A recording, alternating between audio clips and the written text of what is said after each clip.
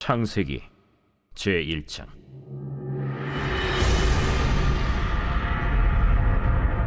태초에 하나님이 천지를 창조하시니라. 땅이 혼돈하고 공허하며 흑암이 깊음 위에 있고 하나님의 영은 수면 위에 운행하시니라. 하나님이 이르시되 빛이 있으라. 하시니 빛이 있었고 빛이 하나님이 보시기에 좋았더라. 하나님이 빛과 어둠을 나누사 하나님이 빛을 낮이라 부르시고 어둠을 밤이라 부르시니라. 저녁이 되고 아침이 되니 이는 첫째 날이니라. 하나님이 이르시되 물 가운데 궁창이 있어 물과 물로 나뉘라. 하나님이 궁창을 만드사 궁창 아래의 물과 궁창 위의 물로 나뉘게 하시니 그대로 되니라. 하나님이 궁창을 하늘이라 부르시니라. 저녁이 되고 아침이 되니 이는 둘째 날이니라. 하나님이 이르시되 천하의 물이 한 곳으로 모이고 묻이 드러나라. 하시니 그대로 되니라. 하나님이 묻을 땅이라 부르시고 모인 물을 바다라 부르시니 하나님이 보시기에 좋았더라. 하나님이 이르시되 땅은 풀과 씨 맺는 채소와 각기 종류대로 씨 가진 열매 맺는 나무를 내라. 하시니 그대로 되어 땅이 풀과 각기 종류대로 씨 맺는 채소와 각기 종류대로 씨 가진 열매 맺는 나무를 내니 하나님이 보시기에 좋았더라. 저녁이 되고 아침이 되니 이는 셋째 날이니라. 하나님이 이르시되 하늘의 궁창에 광명체들이 있어 낮과 밤을 나뉘게 하고 그것들로 징조와 계절과 날과 해를 이루게 하라. 또 광명체들이 하늘의 궁창에 있어 땅을 비추라. 하시니 그대로 되니라.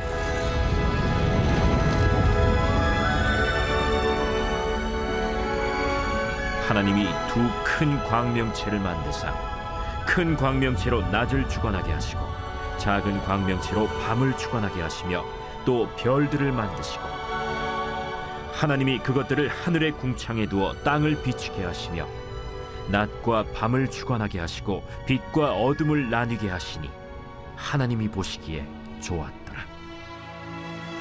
저녁이 되고 아침이 되니 이는 넷째 날이니라. 하나님이 이르시되 물들은 생물을 번성하게 하라. 땅 위 하늘의 궁창에는 새가 나르라. 하시고 하나님이 큰 바다 짐승들과 물에서 번성하여 움직이는 모든 생물을 그 종류대로 날개 있는 모든 새를 그 종류대로 창조하시니 하나님이 보시기에 좋았더라. 하나님이 그들에게 복을 주시며 이르시되 생육하고 번성하여 여러 바닷물에 충만하라. 새들도 땅에 번성하라. 저녁이 되고 아침이 되니 이는 다섯째 날이니라. 하나님이 이르시되 땅은 생물을 그 종류대로 내되 가축과 기는 것과 땅의 짐승을 종류대로 내라. 하시니 그대로 되니라. 하나님이 땅의 짐승을 그 종류대로 가축을 그 종류대로 땅에 기는 모든 것을 그 종류대로 만드시니 하나님이 보시기에 좋았더라. 하나님이 이르시되 우리의 형상을 따라 우리의 모양대로 우리가 사람을 만들고 그들로 바다의 물고기와 하늘의 새와 가축과 온 땅과 땅에 기는 모든 것을 다스리게 하자. 하나님이 자기 형상 곧 하나님의 형상대로 사람을 창조하시되 남자와 여자를 창조하시고 하나님이 그들에게 복을 주시며 하나님이 그들에게 이르시되 생육하고 번성하여 땅에 충만하라. 땅을 정복하라. 바다의 물고기와 하늘의 새와 땅에 움직이는 모든 생물을 다스리라. 내가 온 지면에 씨 맺는 모든 채소와 씨 가진 열매 맺는 모든 나무를 너희에게 주노니 너희의 먹을거리가 되리라.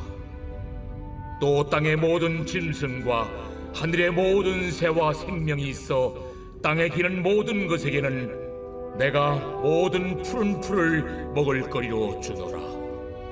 하시니 그대로 되니라. 하나님이 지으신 그 모든 것을 보시니 보시기에 심히 좋았더라. 저녁이 되고 아침이 되니 이는 6째 날이니라.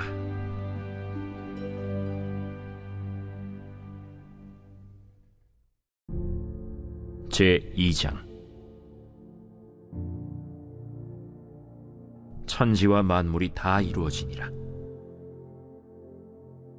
하나님이 그가 하시던 일을 7째 날에 마치시니 그가 하시던 모든 일을 그치고 7째 날에 안식하시니라. 하나님이 그 7째 날을 복되게 하사 거룩하게 하셨으니 이는 하나님이 그 창조하시며 만드시던 모든 일을 마치시고 그날에 안식하셨음이니라. 이것이 천지가 창조될 때에 하늘과 땅의 내력이니 여호와 하나님이 땅과 하늘을 만드시던 날에 여호와 하나님이 땅에 비를 내리지 아니하셨고 땅을 갈 사람도 없었으므로 들에는 초목이 아직 없었고 밭에는 채소가 나지 아니하였으며 안개만 땅에서 올라와 온 지면을 적셨더라.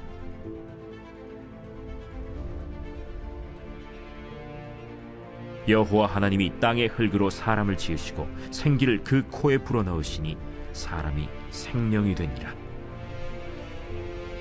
여호와 하나님이 동방의 에덴의 동산을 창설하시고 그 지으신 사람을 거기 두시니라. 여호와 하나님이 그 땅에서 보기에 아름답고 먹기에 좋은 나무가 나게 하시니 동산 가운데에는 생명나무와 선악을 알게 하는 나무도 있더라. 강이 에덴에서 흘러나와 동산을 적시고 거기서부터 갈라져 네 근원이 되었으니 첫째의 이름은 비손이라.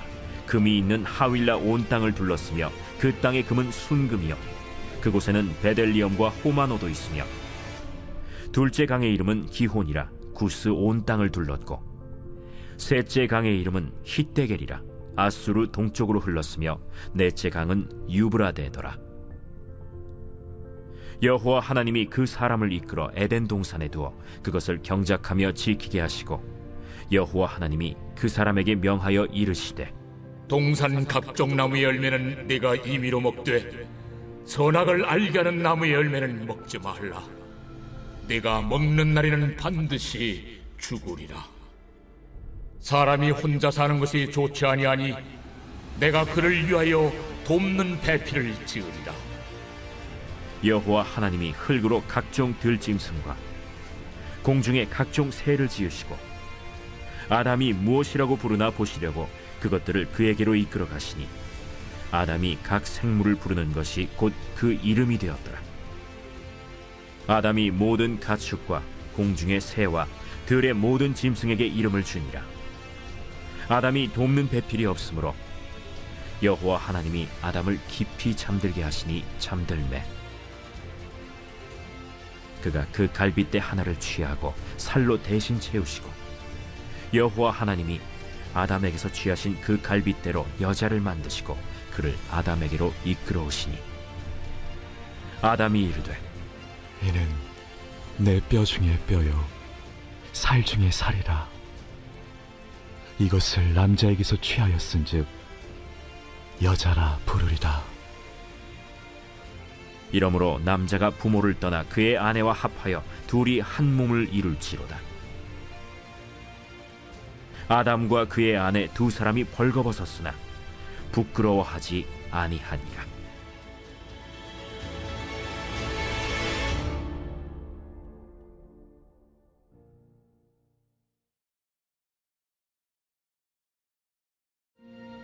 시편 제1권 제1편. 복 있는 사람은 악인들의 꾀를 따르지 아니하며 죄인들의 길에 서지 아니하며 오만한 자들의 자리에 앉지 아니하고 오직 여호와의 율법을 즐거워하여 그의 율법을 주야로 묵상하는도다.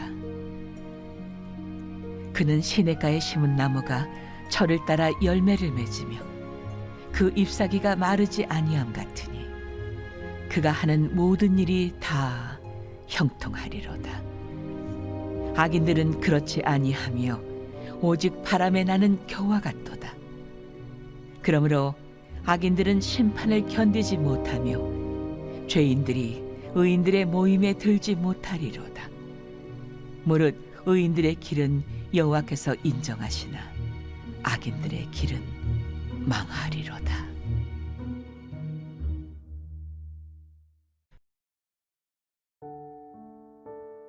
오늘 우리에게 주시는 하나님 말씀은 창세기 1장 24절로 25절까지 말씀입니다. 하나님이 이르시되 땅은 생물을 그 종류대로 내되 가축과 기는 것과 땅의 짐승을 종류대로 내라 하시니 그대로 되니라. 하나님이 땅의 짐승을 그 종류대로 가축을 그 종류대로 땅에 기는 모든 것을 그 종류대로 만드시니 하나님이 보시기에 좋았더라. 아멘. 오늘은 질서를 세우시는 하나님이라는 제목으로 하나님 말씀 전하겠습니다. 현대 물리학에는 엔트로피 법칙, 일명 연력학 제2법칙이라는 것이 있습니다. 이 법칙을 한마디로 요약하면 세상의 모든 만물은 가만히 두면 질서 있는 상태에서 무질서한 상태로 흘러간다 하는 것입니다. 예를 들어 볼까요? 아무리 정성껏 가꾸어 놓은 정원도 관리하지 않고 방치해 두면 금세 잡초가 무성해지고 황폐해집니다. 깨끗하게 정리한 방도 며칠만 손을 놓으면 어김없이 어지러워지죠. 이것은 물리법칙으로도 증명된 사실입니다. 에너지가 투입되지 않고 외부의 개입이 없으면 우주는 반드시 혼돈과 무질서, 즉 엔트로피가 증가하는 방향으로 나아가게 되어 있습니다. 하지만 이런 혼돈이 가득한 우주에서 엔트로피 법칙을 유일하게 비껴나가는 존재가 있으니 바로 지구에 있는 생명들과 우리 인간입니다. 사람의 몸을 한번 생각해 봅시다. 우리 몸에 있는 수조 개의 세포와 각 기관은 마치 정교하게 제작된 시계처럼 한치의 오차도 없이 맞물려 돌아가며 생명을 유지합니다. 또 각 사람이 가지고 있는 DNA 하나에 담긴 정보량은 수만 권의 백과사전을 합친 것보다 방대하다고 하죠. 또 뇌의 신경망은 마치 우주를 연상케 할 만큼 복잡한 체계를 갖추고 있습니다. 진화론자들의 이야기처럼 지구가 골디락스 존이라 불리는 생존 반경에 있는 것도 우연이며 지구에 있는 모든 생명체들이 우연히 겹쳐서 생겨난 존재들이라면 그것은 엔트로피 법칙에도 위배될 뿐 아니라 확률적으로도 불가능한 일입니다. 하지만 만물이 여전히 존재하고 유지되고 있다는 것은 누군가가 이 세상을 그렇게 설계했고 또 붙들고 계시다는 사실에 대한 증거라고 저는 생각합니다. 창세기, 더 나아가서 성경은 바로 하나님의 그 거룩한 개입에 대한 이야기입니다. 흑암과 혼돈, 무질서가 가득한 이 세상에 하나님의 임재가 찾아왔을 때 이 땅은 어떻게 되었을까요? 오늘 본문을 통해 우리의 삶의 무질서를 질서로 바꾸시고 우리의 공허함을 풍성함으로 채우시는 창조주 하나님의 정교한 손길을 함께 살펴보시죠. 창세기 1장에는 세상을 창조하시는, 그것도 질서 있게 창조하시는 하나님의 역사가 기록되어 있습니다. 빛에서 시작된 하나님의 창조는 땅과 물, 그리고 그 공간을 채우는 만물과 해와 달과 별들로 이어지게 됩니다. 많은 사람들이 이런 창조의 순서를 가지고 왈가왈부하지만 우리가 기억해야 할 것은 성경은 과학책이 아니라는 사실입니다. 중요한 것은 순서나 디테일한 내용이 아닌 해당 본문이 어떤 목적으로 기록되었느냐입니다.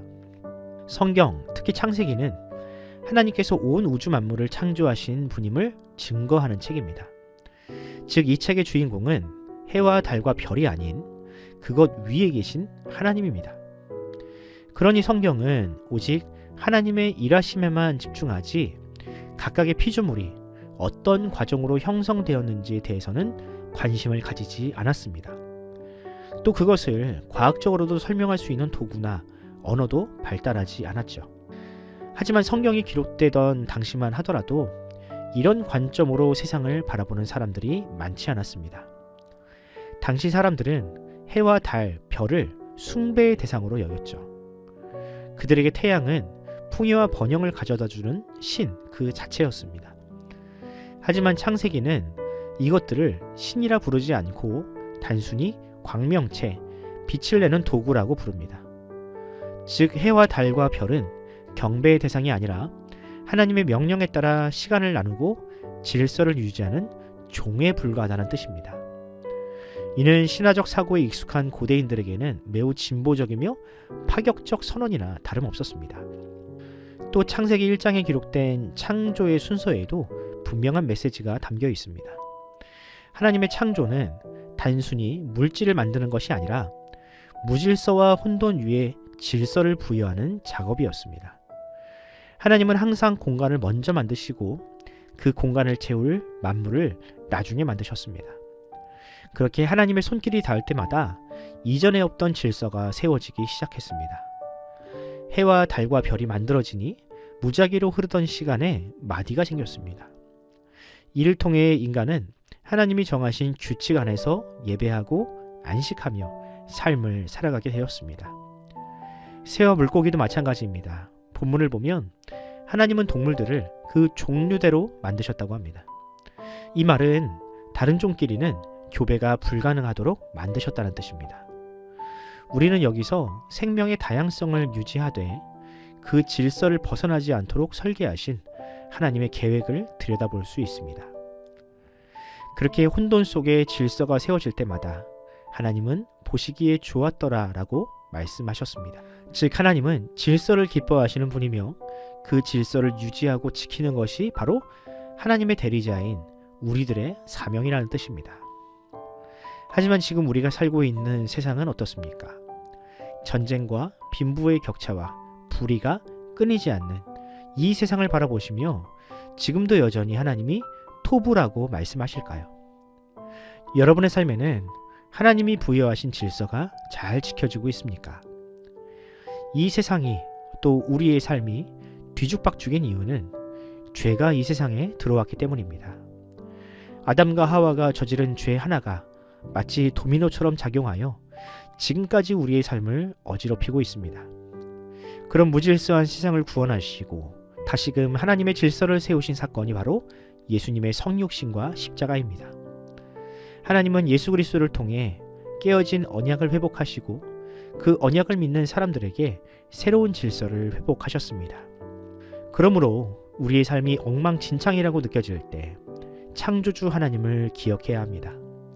하나님께서 이 세상을 한꺼번에 창조하신 것이 아니라 우선순위를 두고 만드신 것처럼 우리 삶에도 우선순위를 세워야 합니다. 이미 엉킬 대로 엉켜서 해결이 되지 않는다면 먼저 하나님이 세우신 질서, 예배와 기도, 성경을 묵상하는 루틴 안으로 들어가야 합니다. 하나님은 그런 우리를 새로운 피조물로 만들어 가십니다. 고린도후서 5장 17절 말씀을 읽어드리겠습니다. 그런즉 누구든지 그리스도 안에 있으면 새로운 피조물이라. 이전 것은 지나갔으니 보라 새 것이 되었도다. 새로운 피조물이란 다른 것이 아닙니다. 혼란스러운 이 세상의 질서가 아닌 하나님께서 세우신 새로운 질서에 순종하는 것. 첫 번째 창조가 이루어진 그때처럼 우리도 하나님께서 기뻐하시는 존재가 된다는 뜻입니다. 그렇게 새로운 피조물로 거듭날 때 여러분을 억누르던 삶의 무질서도 정돈되기 시작할 것입니다. 하나님의 은혜와 복이 여러분의 삶을 가득 채울 것이며 비로소 참된 평안을 누리게 될 것입니다. 바라기는 올 한 해 우리가 이전보다 더 새로운 피조물로 거듭나게 되기를 소원합니다.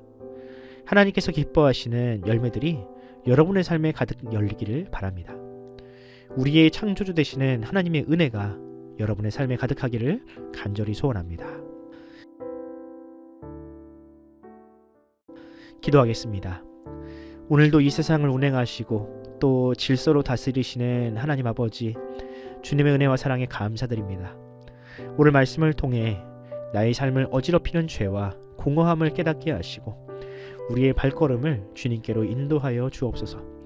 뒤죽박죽 엉켜버린 삶의 우선순위를 정돈하게 하시고 눈앞에 보이는 화려한 광명체를 숭배하는 것이 아니라 만물의 주인이신 하나님만을 높이고 예배하는 삶으로 회복시켜 주옵소서.